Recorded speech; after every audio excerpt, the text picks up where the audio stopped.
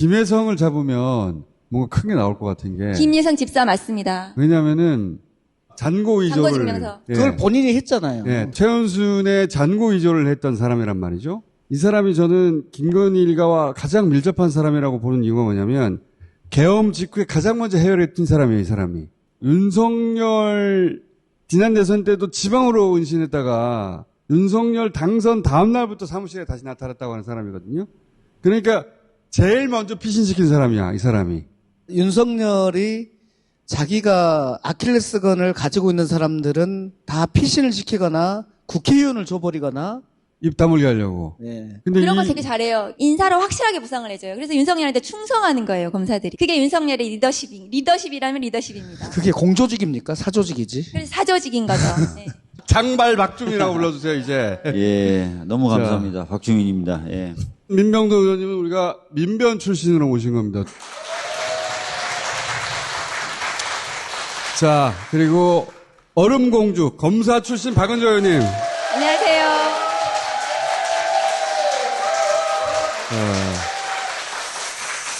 오늘 세 분을 통해서 좀 짚어보려고 하는 것은 이 김건희 씨 특검은 뭔가 수사를 하면 뭐 더 나오는데 꼬리에 꼬리를 무는데 이게 다 패밀리 비즈니스 아닐까? 패밀리 비즈니스에다가 사이비 종교 비즈니스 같아요. 그런 관점에서 한번 짚어보려고 하는 게 하나 있고 이 3특검을 막아서고 있는 최후의 라인은 이거 판사들인 것 같다. 그 얘기부터 먼저 시작해보고 싶은데 초반에 김건희 특검 영장 3번이 기각됐단 말이죠. 그래서 이거 수원에서 한꺼번에 조희대 대법원장이 중앙지법으로 불러온 3명의 수원 브라더스 이 사람도 이상하다. 스트레인지 하죠. 네. 베리베리 스트레인지합니다. 네. 나머지 한 판사도 김용대, 김계환 이 내란 특검과 최상병 특검의 핵심적인 중간고리인데 거기서 타고 올라가야 되는데 둘 다 영장을 기각했어요. 수원지검하고 수원지법이 보수적으로 유명해요. 근데 이제 수원지법 쪽에 있는 분들이 서울 쪽으로 올라오신 거잖아요.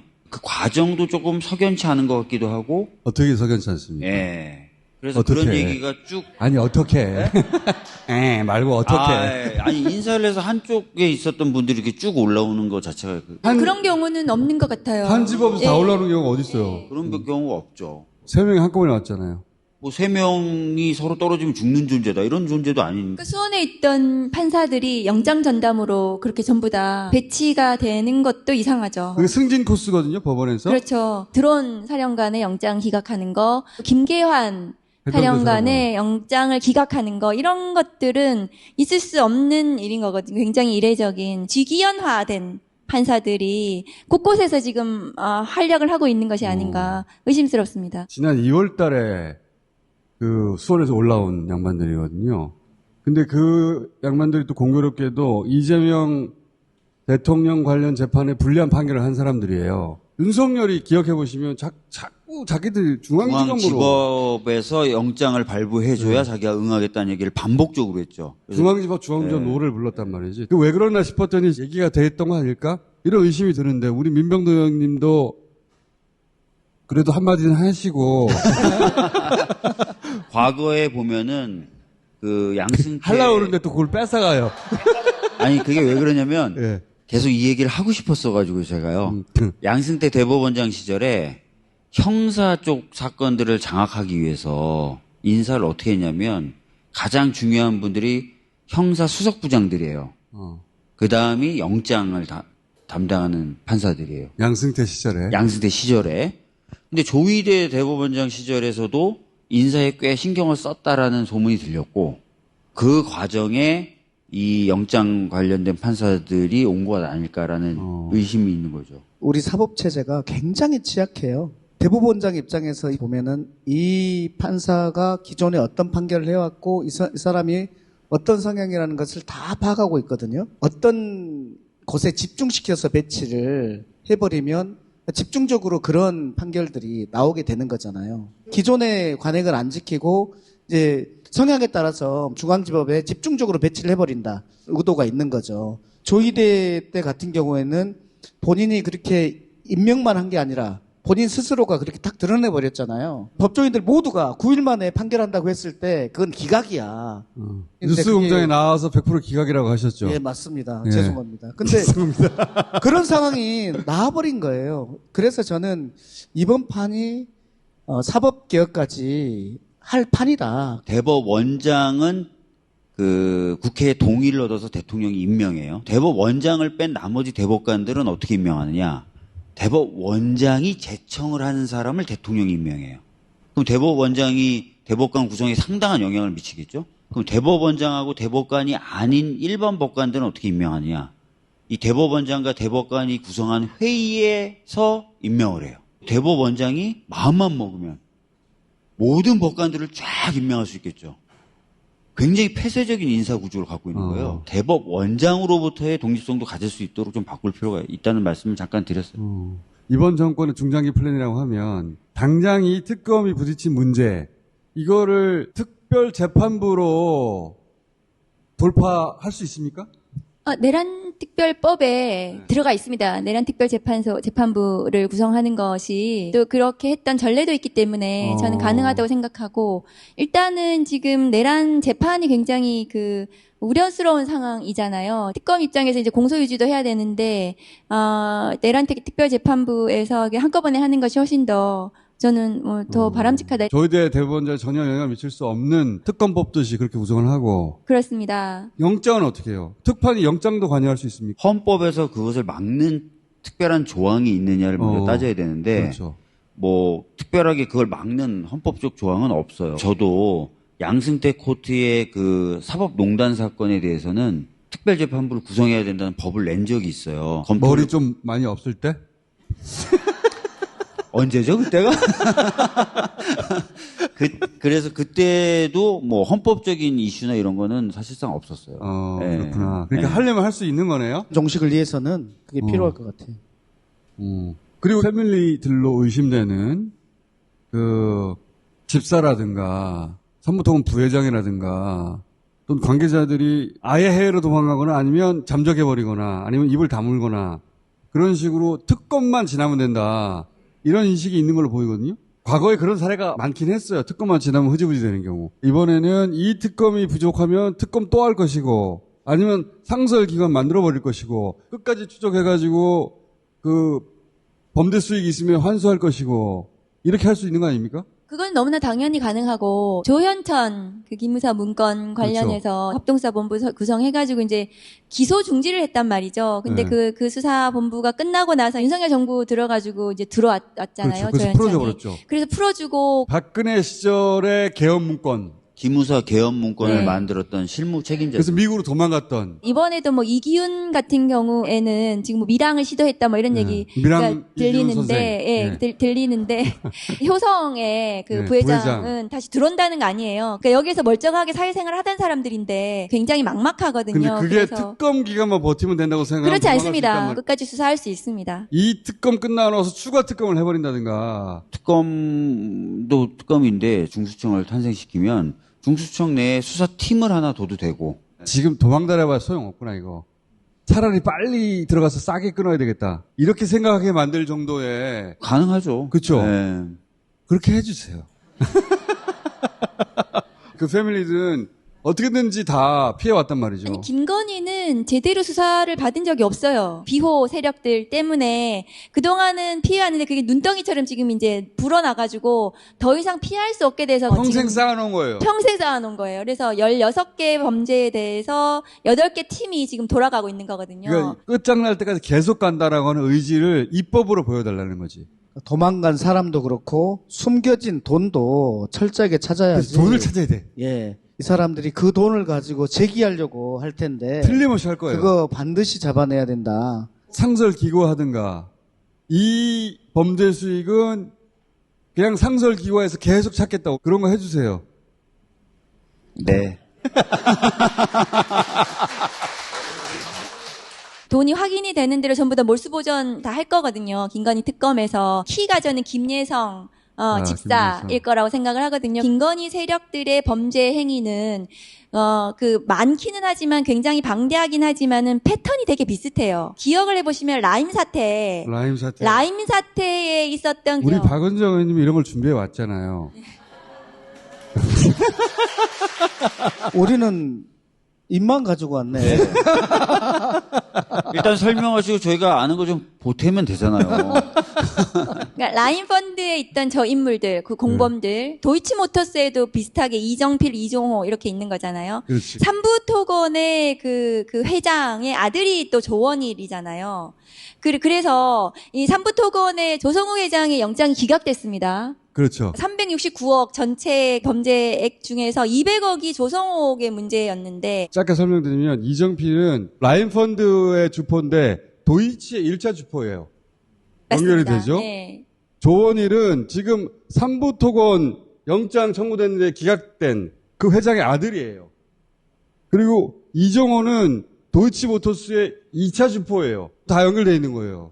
그러니까 가치가 연결이 되어 있는 거예요. 도이치도 연결되어 있고. 그리고 이종호가 조성옥 아들인 조원일 서울구치소에 있게 해달라고 김건희한테 부탁한 이 그렇습니다. 사람이잖아요. 그랬던 사람이에요. 이 조성옥의 영장이 기각된 게 이해가 되지 않는 게 뭐냐 하면 조원일이 가지고 있던 그 휴스토리라는 회사, 이 회사가 삼부토건의 대주주예요. 김건희 세력들이 이렇게 해먹는 방식이 되게 비슷한 거예요. 특검이 그거를 아마 제대로 꿰뚫고 이게 수사를 진행을 할 거라서 실제로는 이 수사 자체가 막 중구 난방으로 막 가는 것 같지만은 저는 밝혀낼 거라고 생각을 해요. 조성옥하고 이종호는 서로 간에 모르는 사이라고. 서로 모르는 사이라고 네, 하죠. 모르는 사이라고. 모르는 사이인데 그 아들을 서울구치소에 있게 해달라고 김건희한테 로비를 한 사람이에요. 이종호 같은 경우는 삼부토건 관련 회사를 인수해요. 나 요즘 삼부토건 관련 회사 인수하느라고 너무 바빠. 라고 하고 있는데 삼부토건을 모른다고 하는 거예요. 그게 지금 녹취록에 다 나와 있는 사람. 그리고 그 멋쟁 해병 카톡에서 3분의 1 체크하고 한 사람이 또 이정호예요. 3분의 1 체크하고 이후에 이제 주가가 막 올라가기 시작하는 거잖아요. 그렇죠. 도이치 주가의 2차 주포이기도 하고. 맞습니다. 네. 이 인물이 되게 비슷하게 반복되는데 이게 전부 김건희하고 연결되어 있다고 보여지는 거잖아요. 얘네들 다 패밀리인 것 같아. 패밀리. 또 반복되는 게 또 하나 뭐 있냐 하면은 통일교에 지금 문제되는 그 캄보디아 ODA 사업에 히림이라는 게 또 있어요. 히림 건축. 히림 건축. 히림 건축이 김건희의 코바나 컨텐츠 후원 회사였고 관저 공사를 했던 것이 또 의심돼요. 그리고 또 캄보디아 ODA 사업에 히림이 또 등장하는 거예요. 건진법사 쪽에 후원도 하죠. 그렇죠. 건진법사 1억을 또 건진재단에 또 막 후원을 하고 공산공사도 했어요. 네, 인물들이 막 이게 우크라이나도 갔네. 우크라이나 재건 사업에 히림이 대화를 같이 나누고 이런 것들이 계속 패밀리 비즈니스죠. 한 군데만 딱 뚫리면은 네. 이게 와르르 뚫릴 것 와르르 다 같은데. 제가 뚫리는 거죠. 라임 사건에 대한 수사가 본격화됐을 때 검찰총장이 윤석열이었어요. 제가 법사에서 엄청나게 심하게 따졌던 기억이 나는데 그때 라임 사건의 보고 및 지휘 체계는 어떻게 돼야 되느냐 규정에 따라야 된다고 분명히 말씀하셨습니다. 근데 실제 이 사건 야당 정치인에 관련돼서는 어떻게 이루어졌습니까? 규정에 따라서 이루어졌습니까? 보고 절차가 규정에 따라서 이루어졌습니까? 제가 말씀을 드리겠습니다. 네. 초기 첩보 단계는 검사장이 들고 와가지고 저한테 직보하는 경우들이 꽤 있습니다. 이런 식으로 수사가 진행되는 게 정상입니까? 이런 경우가 많이 있습니다. 더불어민주당과 관련된 내용은 계속 흘러나오고 맞다. 윤갑근이나 이런 사람들이 더 많았던 거예요. 맞아. 근데 지금 덧가 보니까 이종호나 이런 사람들도 그때 다 이정필 다 있었던 거예요. 자기들 패밀리가 연루돼 있었네. 라임 사건 수사 관련해서 라임 술접대 검사 감찰을 제가 직접 했거든요. 김봉현이라고 그렇지. 남부구치소에 있던 사람이 검사들한테 1,000만 원어치 술접대했다 이런 이제 편지가 특수부 검사들이 이 수사가 진행되기 전에 김봉현으로부터 접대받은 그렇지. 그리고 나서 라임 수사에 투입이 되고 그거를 그 윤석열 검찰총장 당시에 라임 수사팀을 자기가 꾸렸어요. 그러니까요. 그러니까 술접대 이런 받은 것이, 검사를 라임 수사팀에 넣은 거예요. 그렇지. 그렇게 그건 넣기도 봐주란 하고. 얘기잖아요. 그리고 라임 탓에 몸통이라고 하는 에스모 회장 그 양반 프랑스로 도망가 버렸지. 프랑스 가가지고 지금 아직도 안 돌아오고 있거든요. 남부지검에서 수사했을 텐데 남부지검장이 윤석열을 찾아와서 구두 보고를 하고 저희가 따진 거죠. 왜 이런 식으로 보고가 되냐. 보고는 원래 이렇게 이루어질 수도 있고 막 이런 식으로 막 변명했었던 게 바로 흉내낸 거예요, 라임 사건이에요. 예? 지금 그게 중요한 게 아니라 윤석열이 사실 이 사건에 대해서 그 정도 케어를 해줬다고 보는 게 맞을 것 같다. 그러니까. 최근에 드러난 정황까지 근데 그 보면. 라임 펀드 이정필을 도이치모터스에 주포로 삼고 다 연결돼 있어. 다 연결돼 있다니까요. 야. 저 이종호는 지금 또 차이범 특검 관련해서 구명 로비 창구로 연결이 되어 있는 거잖아요. 아니 이종호가 그거 안 했으면 우리 삼부토고 못 찾을 뻔했어요. 그렇습니다. 네. 이 3부가 3부 토건일 거라는 얘기를 하기 시작해서 여기까지 온 거예요. 맞습니다. 생각해보면 우연히 알아낸 이거밖에 없을까? 주가 조작이 3년이나 있었는데 그 기간 동안 이 선수들이 한 건 했을까? 아니 그래서 뭐 우리 기술 관련된 얘기도 나오고 웰바이오텍도 있지. 네, 이런 선수들을 계속 끼고 있었다는 거잖아요. 그러니까 선수들이 쉬었겠냐고요. 그러니까 이제 웰바이오텍의 새로운 대표이사가 과거 대표이사를 배임죄로 고발을 했어요. 그렇게 구조가 해서 똑같아요. 웰바이오텍을 봤더니 삼부토건하고 웰바이오텍이 똑같네. 우리 기술도 비슷해요. 근데 저 선수들이 있었던 거예요. 그러니까 이 선수들이 한 번만 했겠냐 이거지. 이재명 대통령께서 이런 주가 조작 범죄만 제대로 단죄를 해도 주가가 올라간다라는 것이 맞는 말인 거예요. 라임펀드 그때 수사를 제대로 했으면 이종호, 이정필, 조은희는 그때 다 깜방 가는 거거든요. 이종호가 굉장히 키였다는 생각이 들거든요. 여기저기 다 등장해요. 사건에. 김건희에 대해서도 애기였는데 영부인이 됐어 막 이랬다는 거 아니에요. 관계가 오래됐다 이거야. 자기들 관계 말로는. 굉장히 오래됐다. 김예성만큼이나 굉장히 그 김건희에 대해서 많은 것을 알고 있는 사람이다. 김혜성을 잡으면 뭔가 큰 게 나올 것 같은 게. 김예성 집사 맞습니다. 왜냐면은 잔고 이조를. 잔고증명서. 예. 그걸 본인이 했잖아요. 예, 최은순의 잔고 이조를 했던 사람이란 말이죠. 이 사람이 저는 김건희 일가와 가장 밀접한 사람이라고 보는 이유가 뭐냐면 계엄 직후에 가장 먼저 해열에 뛴 사람이에요, 이 사람이. 윤석열 지난 대선 때도 지방으로 은신했다가 윤석열 당선 다음 날부터 사무실에 다시 나타났다고 하는 사람이거든요. 그러니까 제일 먼저 피신시킨 사람이야, 이 사람이. 윤석열이 자기가 아킬레스건을 가지고 있는 사람들은 다 피신을 시키거나 국회의원을 줘버리거나 입 다물게 하려고. 예. 근데 그런 거 되게 잘해요. 인사로 확실하게 부상을 해줘요. 그래서 윤석열한테 충성하는 거예요, 검사들이. 그게 윤석열의 리더십이라면 리더십입니다. 그게 공조직입니까? 사조직이지? 그래서 사조직인 거죠. 네. 두 분 만담하지 마시고, 자. 그래서, 김혜성이 제일 먼저 피신하는 사람이다. 12월에 헤어나왔어, 이 사람은. 김건희에 대한 수사에 대한 압박이 윤석열이 굉장히 컸을 거예요. 김건희 소환하니까 옥중에서 막 글 올리잖아요. 김건희에 대한 그 수사가 진행이 될까봐 명태균도 마찬가지고 그 압박 때문에 내란을 저질렀다고 보는 것이 저는 합리적인 그 판단이다 그런 생각이 김건희가 들고 최선 못 쓴 것 같아요. 맞죠. 김건희의 범죄 행위를 숨기기 위한 김예성이 나갈 수밖에 없는 거죠. 김건희에 대한 키를 쥐고 있었다고 보여지기 때문에. 그러니까 김혜성 씨를 잡아야 되는 것 같아요. 베트남에 있다가 체포영장 떨어지니까 태국으로 갔다고 했거든요. 근데 태국에서 캄보디아로 가지 않았을까라는 얘기도 해요. 캄보디아에 ODA 자금이 막 날아갔잖아요. 어디다 썼는지 추적하지 않는 돈도 있다고 했거든요. 해외에 도피하려면 돈이 필요하잖아요. 돈이 필요해요. 내가 도피해봐서 알아요. 그 돈이 있는 곳에 가 있지 않을까? 자기를 지원해 줄 수 있는 오랫동안. 총수님 말씀이 개연성이 높다라고 보여요. 김예성이 나중에 들어와도 마찬가지예요. 그러니까. 처벌받을 수밖에 없어요. 네. 김건희에 대한 조사를 하게 되면은 영장을 칠 거예요. 김건희에 대한 구속은 너무 당연하기 때문에 김예성이 거기 가 있다고 해서 뭐가 면해지는 것이 전혀 아니다. 내란 특검에서도 김건희에 대한 수사가 필요한 거거든요, 사실은. 맞아요. 그래서 정점이 김건희를 향해서 세 개의 특검이 모두 가고 있는 상황이죠. 그래서 김혜성한테 이렇게 얘기해야죠. 네가 안 들어온다고 해서 김건희가 살아나는 것도 아니고 짧게 사는 것도 아니기 때문에 빨리 들어와서 본인이 깃털임을 밝혀라. 김혜성 입장에서는 혹시 해외에 나가 있는 재산이 있으면 이 기회에 자기 걸로 만들고 싶지 않을까요? 김건희 안녕. 돈은 내 거.